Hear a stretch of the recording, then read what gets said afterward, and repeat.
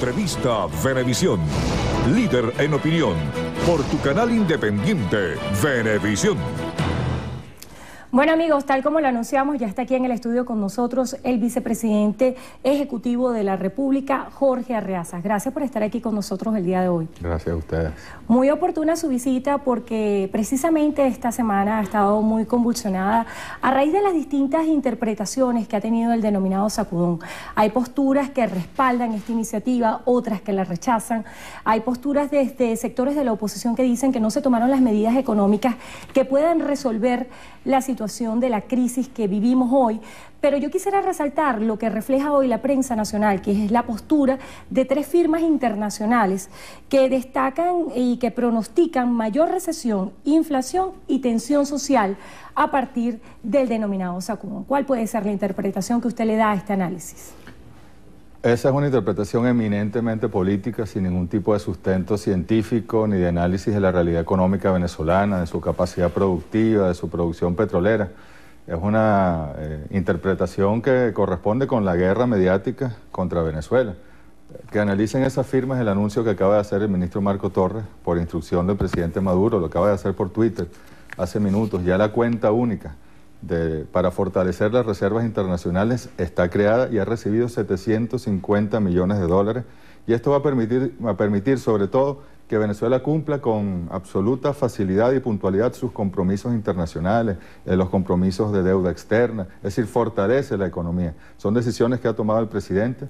El vicepresidente de Economía, el general Rodolfo Marco Torres, es un hombre que sabe mucho del tema, que viene de una exitosa gestión en la banca pública al frente del Banco de Venezuela, como ministro de Finanzas, y ahora de verdad es que vamos a ver cambios estructurales en la economía venezolana, profundizando el socialismo, satisfaciendo las necesidades del pueblo, pero equilibrando todo el sistema económico venezolano.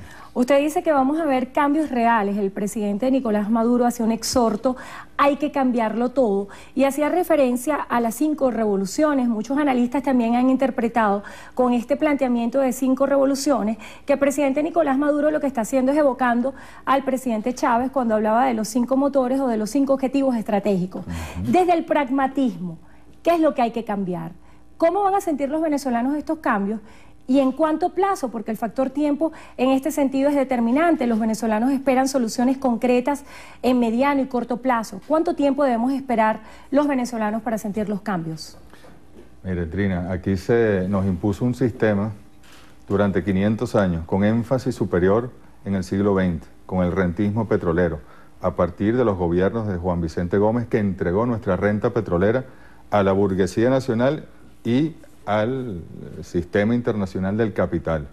Revertir eso no se hace en 10 años ni en 15 años con facilidad. ¿En cuánto tiempo se hace? Nosotros, el comandante Hugo Chávez, el plan de la patria ha planteado, y el presidente Maduro lo que hace es continuarlo. Por supuesto que las 5 revoluciones son parte del desarrollo teórico, con aportes del presidente Maduro, de lo que nos planteó el comandante Hugo Chávez. Estamos planteando que en estas primeras décadas del siglo XX podamos revertirlo. El comandante Chávez nos hablaba de fechas clave como el 2021, como el 2030, donde se cierra un ciclo histórico, el ciclo de la traición contra el libertador Simón Bolívar. Nosotros vamos a comprobar, y nuestros hijos podrán heredar una patria que de verdad esté fuerte desde todo punto de vista, en todas las dimensiones de la sociedad, en la dimensión social, en la dimensión política, en la dimensión territorial, en la dimensión económica, donde hay un sistema económico, productivo, socialista que satisfaga las necesidades del pueblo y no las necesidades de la burguesía.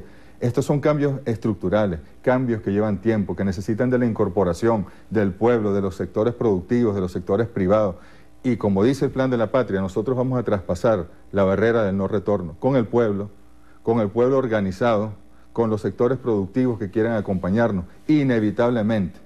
Nosotros vamos hacia allá, hacia la transformación estructural del modelo económico venezolano, decirle adiós al rentismo y poner en la agenda la productividad por sobre todas las cosas para redistribuir esa riqueza con justicia entre el pueblo.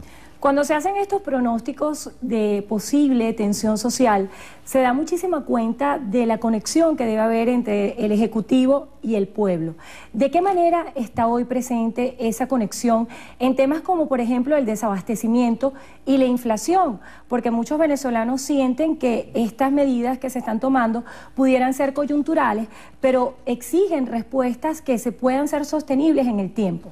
Mira, la creación de la Superintendencia de Precios Justos, del CENCOEX, del Centro de Comercio Exterior, de la Corporación Venezolana de Comercio Exterior, de la nueva institucionalidad, de este Fondo Único de Reserva.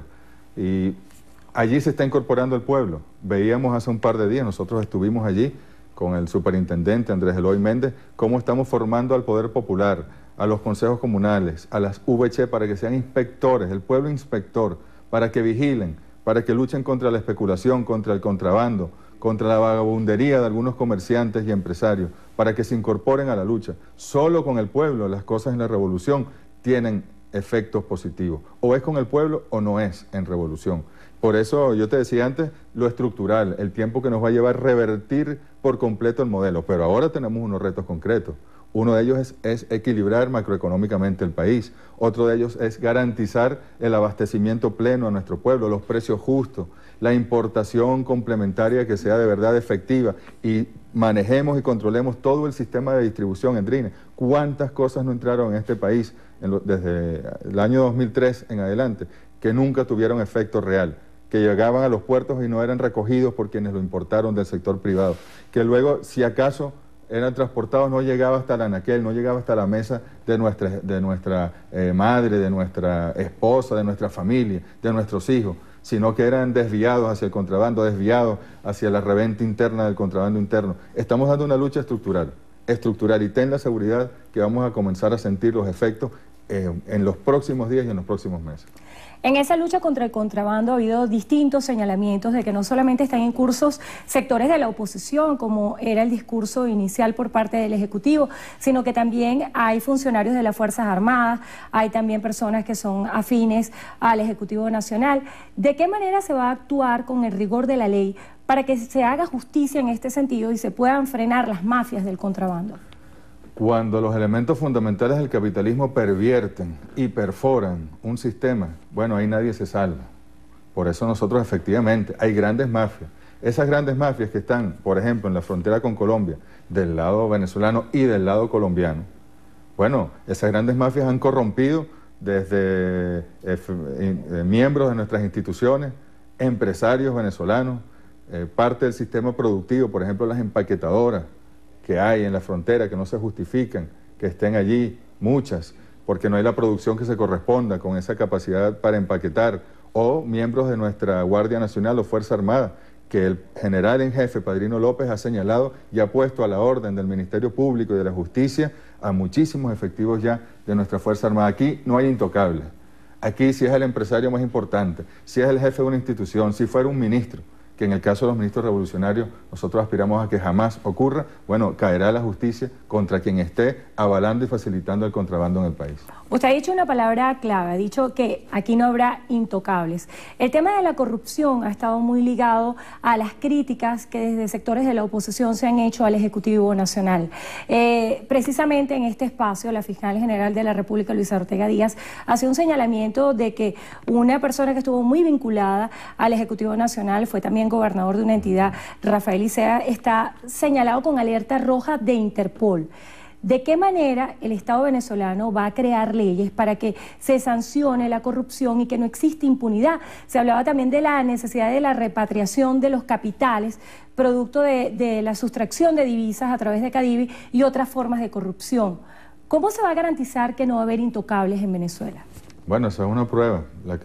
Ese caso que tú acabas de hacer mención, bueno, doloroso, pero nosotros como revolucionarios somos los primeros que tenemos que facilitar que la justicia investigue y si resultare el investigado responsable, bueno, que caiga sobre él la pena de la ley y si no, bueno, pues que sea por supuesto reivindicado ante el país, pero todo aquel sobre quien caiga sospecha.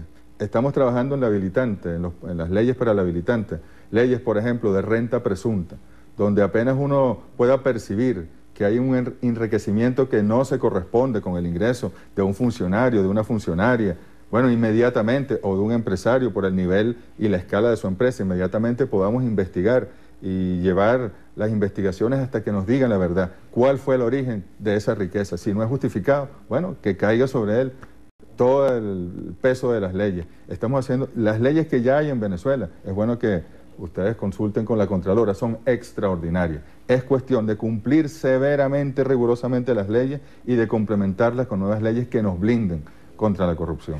En el marco de esas medidas sancionatorias y de todo ese esquema que se ha planteado de la repatriación de los capitales, ¿qué otras personas afectas al gobierno pudieran estar involucradas? No es cuestión de personas que estén en el gobierno o no, el que esté, si tiene la cachucha roja, o si tiene la franela amarilla, o si tiene la franela blanca, o si tiene el flu con la corbata, el que esté involucrado en corrupción, en contrabando, en delitos contra el pueblo, va a ir preso inmediatamente según las leyes venezolanas y con la voluntad política de todos los poderes, del Poder Ejecutivo, del Poder Legislativo, del Poder Judicial y del Poder Ciudadano, que estamos actuando coordinadamente para terminar con los flagelos y poder combatir con fuerza moral la guerra económica que se nos impone. En el marco de esa llamada guerra económica, ¿cuál es el sitial que tiene hacer de Venezuela de verdad una potencia y activar la producción y volvernos más competitivos? Porque pareciera que se están atacando las consecuencias y no las causas desde la perspectiva de reactivar el aparato productivo de la nación. Bueno, no es así. Esa es la matriz mediática. Nosotros hemos desplegado incluso a nuestros ministros como ministros plenipotenciarios por las regiones, visitando empresa por empresa, diagnosticando las necesidades de la empresa privada, de la empresa mixta, de la empresa pública, corrigiendo, dando facilidades, financiamiento. El presidente ha anunciado un fondo de $500 millones para financiar la empresa privada, un fondo por supuesto retornable. Nosotros estamos empeñados en que haya producción en el país. El socialismo se fundamenta en la cultura del trabajo. El trabajo es un proceso social que es el que nos transforma, el que nos libera y el que ayuda a transformar la sociedad para hacerla más justa. Y el trabajo se fundamenta en la producción, de manera que nuestro empeño es una Venezuela productiva. El comandante Chávez lo decía y el presidente Maduro lo repite. El socialismo está potencialmente, es una energía potencial que está presente en todos los venezolanos, en todo nuestro territorio, en nuestras riquezas naturales, minerales, turísticas, y nosotros lo vamos a desarrollar con el apoyo del pueblo y con unas políticas y unos planes. Estamos adelantando planes sectoriales con el vicepresidente de Conocimiento y Planificación, Ricardo Menéndez. Estamos adelantando planes en el sector agroindustrial, en el sector agrícola, en el sector industrial, en el sector de las telecomunicaciones, en muchísimos sectores que vamos a tener para desarrollar el programa, el Plan de la Patria y llevar adelante con rigurosidad un proceso de reactivación de todo lo positivo que hay en la patria venezolana. Hablando de eso positivo que hay en la patria venezolana, sin duda alguna, el talento es el baluarte más importante que tiene cada una de las naciones. ¿Cómo se está atendiendo el tema de la denominada fuga de cerebros? Porque pareciera ser un tema que se ha quedado rezagado, pero hay muchísimos profesionales que en virtud de su capacitación sienten que no tienen oportunidades en el país y se están yendo de Venezuela. ¿De qué manera se está haciendo un esfuerzo para que esto no siga ocurriendo? Sabes que las estadísticas de los últimos 2 años más bien reportan que hay muchos profesionales que están regresando a Venezuela, que se fueron a Europa y ante la crisis en Europa están regresando al país. Pero eso no desmerita a aquellos que por alguna razón se vayan del país. Nosotros los invitamos a que estén aquí. El presidente ha conformado esa vicepresidencia para el conocimiento, la ciencia y la cultura, donde está Ricardo Menéndez al frente, que es un científico, y vamos a hacer todos los esfuerzos por crear las condiciones científico-tecnológicas, industriales en el país, para que todos los talentos que se formen en Venezuela y además formados con recursos del pueblo de Venezuela en el 95% de los casos, en universidades públicas del país e incluso algunas privadas subsidiadas por el Estado. Bueno, el compromiso de ellos no es con el pueblo de Estados Unidos, ni es con el pueblo de España, ni es con el pueblo, no sé, de Australia, es con el pueblo venezolano. A él se deben y los invitaremos a que vengan a sembrar y a cosechar sus conocimientos con nosotros. Vicepresidente, tenemos que hacer una breve pausa. Para el regreso quisiera que conversáramos sobre el rango constitucional que tienen las vicepresidencias. Hay duras críticas que dicen que no están en el marco de la Constitución, que están al margen de la Carta Magna. Esto quisiera que lo habláramos al regreso. Correcto. Aquí en Entrevista a Venevisión. Vamos a una pausa y venimos con más. A Venevisión, líder en opinión. por tu canal independiente, Venevisión. Continuamos en la entrevista a Venevisión con Jorge Arreaza, vicepresidente ejecutivo de la República. En la parte anterior quedó en el aire una pregunta: si estas vicepresidencias tienen rango constitucional. Un diputado de Primero Justicia, Miguel Pizarro, hacía el señalamiento de que estas vicepresidencias estaban fuera de la Carta Magna. ¿En qué sentido esto es cierto? Y quisiera que también nos detallara, con este Consejo de Vicepresidencias, ¿cómo quedan sus funciones? Mira, diputado Pizarro debe estar estrenándose en el ámbito del derecho constitucional, que no es su área. La Constitución establece los grandes poderes y su estructura fundamental. La organización del Consejo de Ministros queda a disposición del presidente de la República y puede organizarlo como a bien tenga. El presidente Chávez creó las vicepresidencias hace ya 6, 7 años y lo que hemos hecho es generar, agrupar algunas vicepresidencias y otras. El vicepresidente ejecutivo constitucionalmente es el gran articulador y el gran apoyo para llevar adelante todas las directrices del presidente Maduro. Yo soy, me corresponde ser en este momento histórico, el gran articulador en primer lugar de las vicepresidencias. Por eso existe el Consejo de Vicepresidentes, que nos reunimos, y por supuesto el Consejo de Ministros. Y cada ministro y cada ministerio pertenece a una vicepresidencia determinada. Es una manera de organizar el trabajo. No tiene nada que ver con si tiene o no tiene rango constitucional. La Constitución es una gran guía, una gran orientadora, una gran orientadora de directrices. No es una organizadora burocrática de los procesos. Ahora, es muy importante que en este sentido sepan que el equipo que se ha conformado es un equipo de altísimo compromiso, de altísimo nivel. Allí ver a Elías Agua en el socialismo territorial, en las comunas, ver a un Ricardo Menéndez con el conocimiento, a un Héctor Rodríguez que lo ha hecho también en la vicepresidencia para las misiones socialistas, para lo social. Y aquí nadie va a desmontar el modelo de este plan de la patria, Andrina, nadie. El modelo que nos dejó el comandante Chávez, el gran compromiso del presidente Maduro es profundizar el modelo que el comandante Chávez comenzó a construir, porque aquí todavía en Venezuela impera el modelo capitalista, rentista, petrolero, y nosotros estamos dando una gran batalla para convertirlo en el sistema productivo socialista, ¿verdad? Y nadie va a impedir, no hay manera de impedirlo, el pueblo ya está decidido. Tomó el rumbo en 1998, lo ratificó en el 2000, lo ratificó en el 2004, lo ratificó en el 2006, lo ratificó en el 2009, lo ratificó en el 2012, en el 2013, 2 veces, el 14 de abril y el supuesto plebiscito aquel del 8 de diciembre lo volvió a ratificar. Hay interpretaciones que dicen que estas vicepresidencias se pudieran trasladar a mayor burocracia por parte del Estado. ¿Considera usted que esto es así? En lo absoluto, esas son necesidades de quien plantean esa situación. Los vicepresidentes son ministros que coordinan el trabajo de otros ministros, en lo absoluto. Eso no tiene ningún sentido. Es una necesidad una necedad de la opinión pública presentarlo en esos términos. Hablando de la opinión pública, había muchas expectativas acerca de los anuncios y se decía que dentro de esas medidas que se iban a tomar estaba el incremento o el ajuste del precio de la gasolina, a lo que el presidente de la República respondió que no iba a atender a los chantajes o a las presiones para que se aumentaran los precios de los hidrocarburos. También se había especulado sobre la reunificación cambiaria. Nada de esto sucedió. Muchos dicen que se está estirando la arruga y al margen de esta opinión también han expresado que se está preparando un paquete tributario. ¿Es esto cierto? Mira, el empeño de la burguesía, la clave de la pugna en este país es el acceso a la renta petrolera, que estuvo en manos de la burguesía y la utilizó para sus fines, para su enriquecimiento, para sacarla del país, para abandonar al pueblo. Todos recordamos a quién le dio los auxilios financieros al presidente Caldera en 1994 y 95, a los ahorristas, ¿no? Se los dio a los dueños de los bancos que se lo volvieron a robar. Ese es un ejemplo de qué se hacía con la renta, con la riqueza nacional. ¿Dónde está la riqueza nacional hoy? Ahí está en el módulo de Barrio Adentro, ahí está en el CDI, ahí están en la misión alimentación, en el Mercal, en el Pedeval, en la escuela con su programa de alimentación, con sus canaimitas, con sus libros gratuitos, ahí está en las grandes obras de infraestructura que estamos haciendo, en la aldea universitaria, ahí está en la gran misión Vivienda Venezuela, en la gran misión Agrovenezuela, en los 2.600.000 pensionados. Ese es el petróleo que se ha visto reflejado en la vida de los venezolanos para construir un sistema que nos brinde felicidad. ¿Qué quieren ellos? ¿Desmontarlo?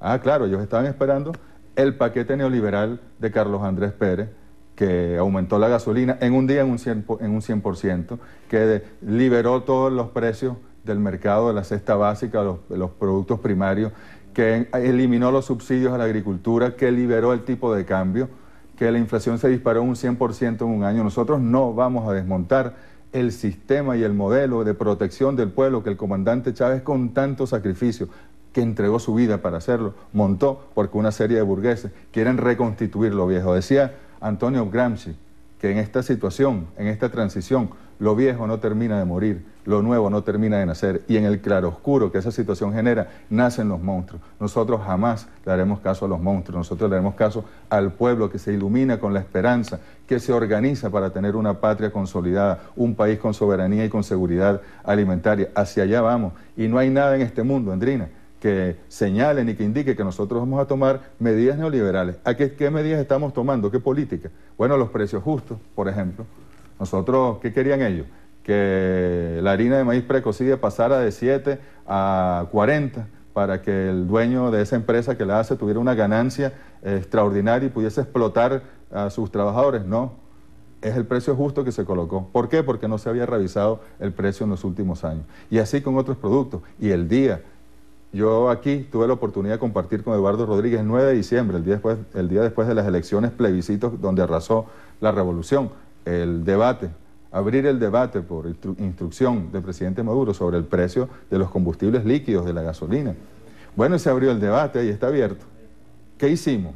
Cumplimos con nuestra palabra, ahí está el debate. Y la mayoría del país, hasta sectores como Fedecámara, apoyan la adecuación del precio de la gasolina para poder cubrir los costos y para tener excedente para la inversión en la gran misión vivienda, en la gran misión alimentación, en las misiones educativas, en las escuelas bolivarianas, en las universidades venezolanas, en la seguridad social del pueblo, en la salud del pueblo. Para eso serían los recursos de cualquier aumento en los combustibles. Y si este debate está ganado y si la mayoría de la población, como usted dice, está de acuerdo con incrementar el precio de la gasolina, ¿por qué no se ha tomado esta medida?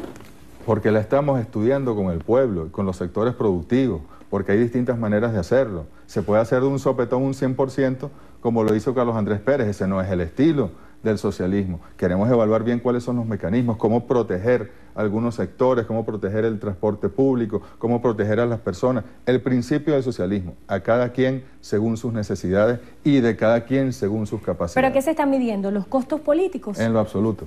La revolución no se mide por costos políticos. Queremos hacer científicamente un sistema de precios justos, de equilibrio de los precios en el país en todos los ámbitos. Vicepresidente, hay otro tema que se ha convertido en un reto para el Ejecutivo Nacional y es la lucha contra la desigualdad social y erradicación de la pobreza. ¿Cómo lograr estas metas sin hacer que el Estado tenga esa figura de paternalista que paraliza la productividad y la competencia? Con organización social y dirigiendo la riqueza del país hacia las grandes necesidades del pueblo. Aquí tenemos unos números, por ejemplo. Aquí está la pobreza en Venezuela. Según cifras oficiales de la Cuarta República, estaba en el 98 en 28, casi 29, en el 99 en 29% de hogares pobres en Venezuela. En este momento está en 19,6%, ha bajado 10%. Recibimos la pobreza extrema en un 11%, está en 5,5%, la mitad. Y allí, donde está la pobreza extrema, estamos instalando las bases de misiones, con su médico, con su maestro, con sus profesores, con las misiones allí instaladas, con su mercal casa por casa, salud, educación y alimentación fundamentalmente. Es decir, que este 5%, cuando lo midamos a finales del 2014, no va a ser 5,5%, va a ser menos, porque esa persona pobre ahora tiene salud, tiene alimentación, tiene deporte, tiene cultura, tiene educación y además vamos a ser grandes corredores de la gran misión Barrio Nuevo Barrio Tricolor para mejorarle la infraestructura, el sistema de aguas, de vialidad y sus viviendas. El tema de la seguridad y la salud, ¿por dónde quedan? Ahí está la salud, por supuesto. Grandes inversiones se han hecho en salud en este país. ¿Quién no ha ido, los compañeros que están aquí técnicos, quién no ha ido a su módulo de salud de Barrio Adentro, al CDI, a hacerse un diagnóstico? Eso no existía antes, compañeros. El modelo que aquí fracasó y feneció y jamás volverá, estaba privatizando la salud, estaba privatizando la educación, estaba privatizando los servicios públicos, ya había privatizado CanTV, había privatizado industrias en Guayana, estaba por privatizar PDVSA, le estaba entregando toda la renta petrolera a la burguesía y al imperio. Nosotros la hemos rescatado, somos un país independiente, un país soberano y redirigimos esos recursos hacia el bien común de nuestro pueblo. Vicepresidente, el tema de la seguridad que se ha vuelto transversal, no solamente para los sectores populares, sino para toda la población venezolana. ¿Cuáles son las acciones concretas que en corto plazo se van a tomar para combatir la inseguridad en Venezuela? El 80-85% de la población de Venezuela está en la franja norte costera. ¿Por qué? Porque la economía de puertos, de exportación del petróleo, de no industrializar, de no irnos al campo, de abandonar la agricultura, en el siglo XX el rentismo petrolero generó ese fenómeno. Nosotros lo estamos revirtiendo, estamos haciendo grandes proyectos de infraestructura y productivos en el eje norte llanero, en el eje Orinoco-Apure, planes nacionales para redistribuir mejor las ciudades, los centros de producción, para que vivamos de manera más holgada, con más universidades, con más facultad. Las grandes misiones y misiones están dirigidas a lo esencial, a lo estructural, al pueblo, a la educación, a su moral, pero además está la gran misión a todavía de Venezuela, está el Plan Patria Segura, que está dando resultados extraordinarios, con la colaboración del pueblo organizado, de todas las policías. ¿Sabes dónde Patria Segura ha tenido muy buenos resultados? En el municipio de Baruta, del estado Miranda. Gracias allí a la coordinación con la Policía Nacional, con la Policía de Baruta.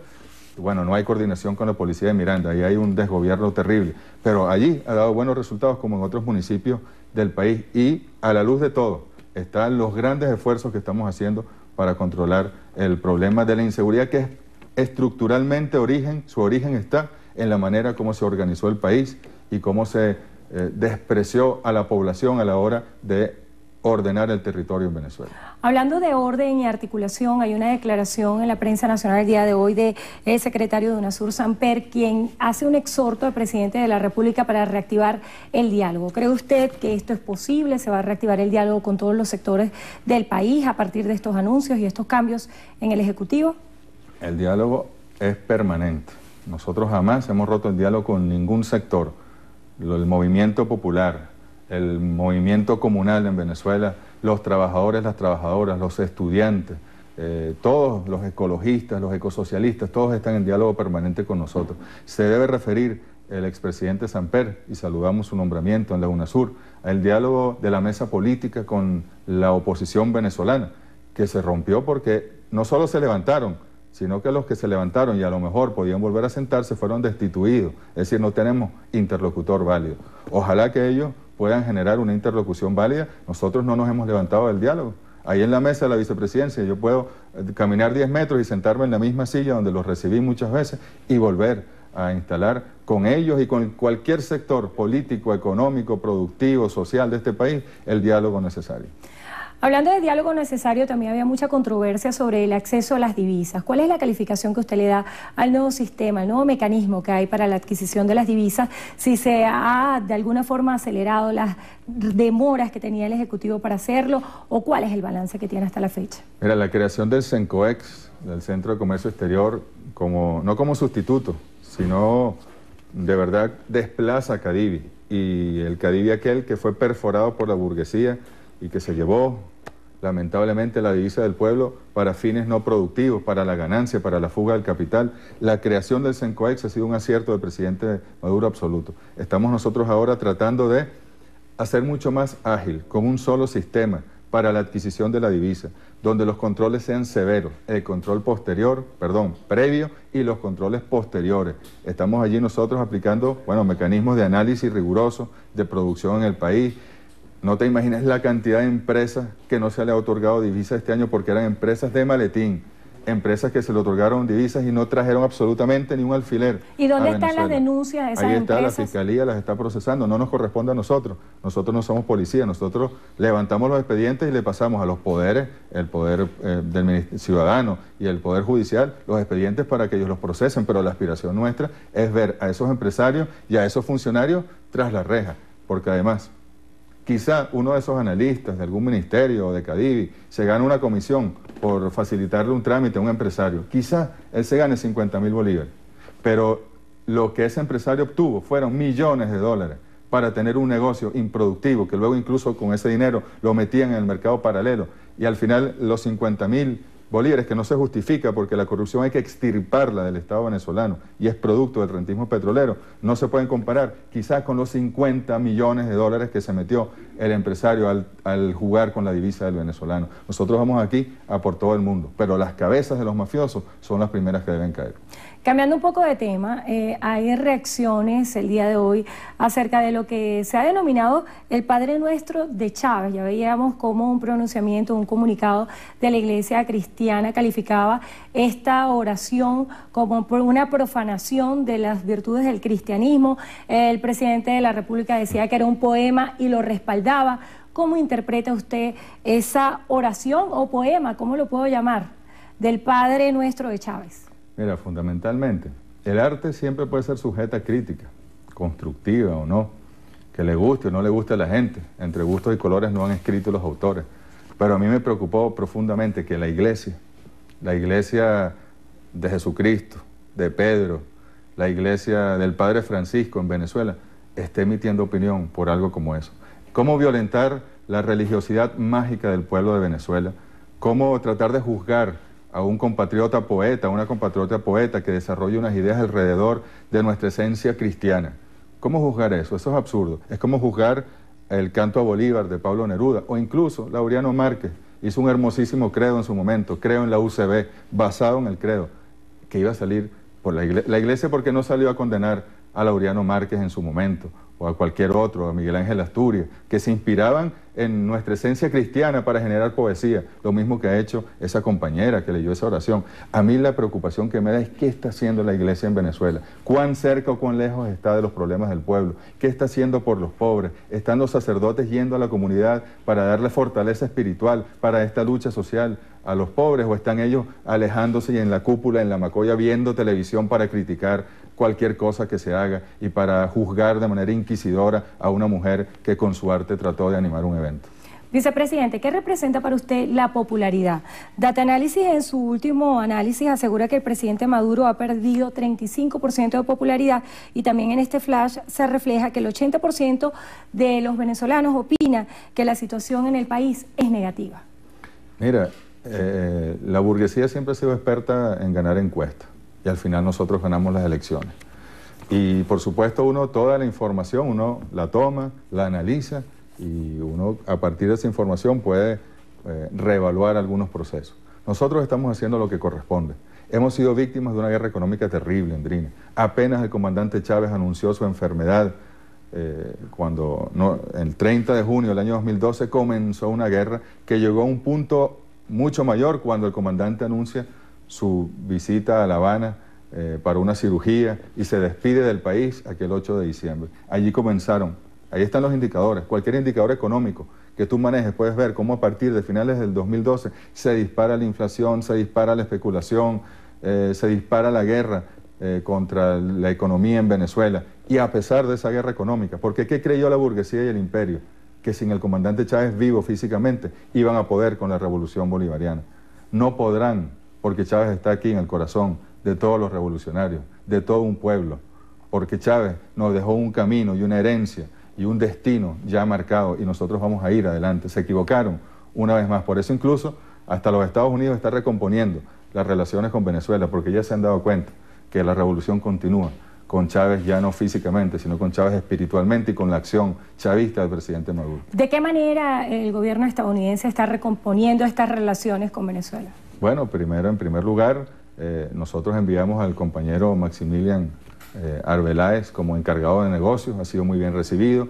También ellos han mandado un encargado de negocios que se reunió con el ex canciller Jagua y es bueno que se reúna ahora con el canciller Rafael Ramírez para que logremos los acuerdos mínimos. Siempre la política exterior de Venezuela es de buena voluntad y buenas relaciones con todos los países del mundo, con respeto mutuo. Y lo que le pedimos siempre a Estados Unidos es respétennos. Somos buenos socios comerciales, pero respeten nuestra soberanía y nuestra integridad. Yo nunca olvidaré cuando el comandante Chávez, una ex embajadora, Dina Rinac, fue a su oficina y le empezó a leer una cartilla, según el canciller de Estados Unidos, de qué tenía que hacer Hugo Chávez, aquel Hugo Chávez del año 99, y el comandante Chávez le dijo, pare eso ahí, señora, y se me va inmediatamente de este palacio, porque usted está hablando con el presidente de un país independiente, de una república soberana, y a nosotros nadie nos dice lo que tenemos que hacer. Bueno, le damos las gracias a Jorge Arriaza, vicepresidente ejecutivo de la República, por haber estado con nosotros hoy en Entrevista Venevisión. Bueno, de inmediato el pase a Gualesca. Tengan todos feliz fin de semana.